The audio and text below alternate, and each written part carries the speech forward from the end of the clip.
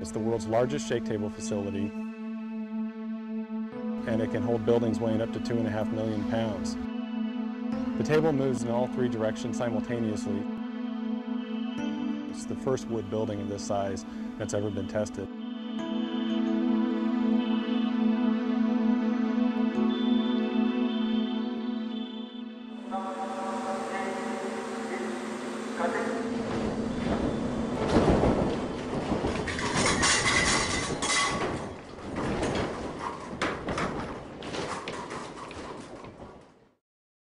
The entire project is called the Niecewood Capstone Test, a project funded by the National Science Foundation. The project is led by Colorado State University, and Simpson was a close technical collaborator. The popularity of mid-rise wood frame construction has soared in urban areas, and so there's not a lot of information on how to design those types of structures.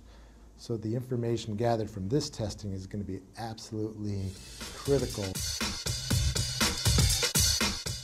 The condominium tower was built as a actual condominium would be constructed with 23 1- and 2-bedroom living units. We're testing a 7-story, 23,000 square foot, 800,000 pound building in 3 dimensions. This collaboration with all the folks involved is really going to culminate in a test that's going to show how our products perform in a very severe seismic event.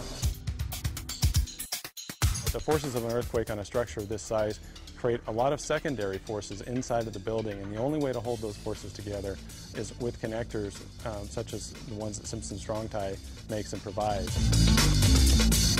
In this building, we have a wide variety of Simpson Strong Tie products, from large hold-down rods that run 7 stories up to the roof, known as ATS, or anchor tie-down system.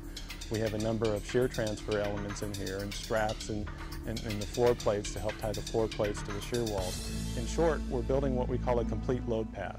This building, the Niecewood Capstone building, is designed using a performance-based seismic design philosophy. It's a method to design specifically for, or explicitly maybe, for performance of the building. We don't just design a component or an assembly. We actually design it all together and then we check it. And performance-based design allows us, if we know enough about how the building reacts, to actually select what level of damage we want to see in the building during an earthquake. We're doing a series of tests on this structure so that we can incrementally increase our knowledge as to how the building is responding at different levels of shaking. We're not only going back and forth, side to side, but we're going up and down as well. So we're getting all of the vertical accelerations and lateral accelerations exactly like that Northridge earthquake, but times 1.8.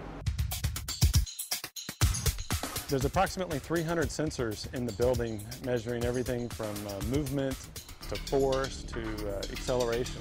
Once that data and information is gathered, then it can be used to develop new design procedures and new construction methods. So we're able to take what the engineers have modeled, compare it to how the building actually performed, and that's going to give us a lot of great data for years and years to come. What we're really doing here is we're demonstrating that you can build a 6-story or even a 7-story possibly wood structure in a high seismic zone and have it perform how you want. It's safe, it's cost effective, and frankly they're very little damage. Really, for 5% or less in your construction material costs in the beginning of the building, you can not only save the occupants of the building, but you can also save the structure. This test will change the way light frame wood is designed over the next 10 years. We've invited several key engineers from across the country, building departments.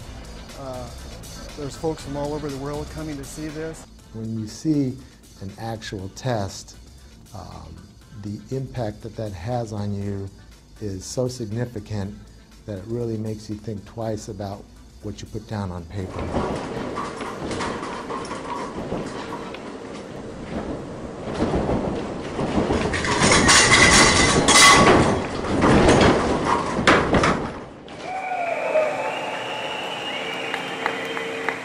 Everything in it worked. There was minimal damage to the inside of the building, minimal damage to the outside of the building.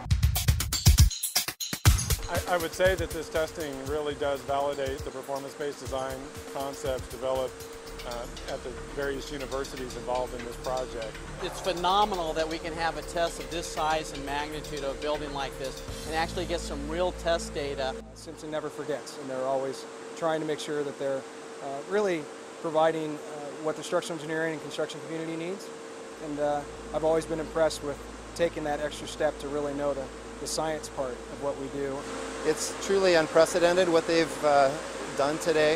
I think this is really, it's truly about saving lives, and the information that's been generated as a result of this test is truly groundbreaking.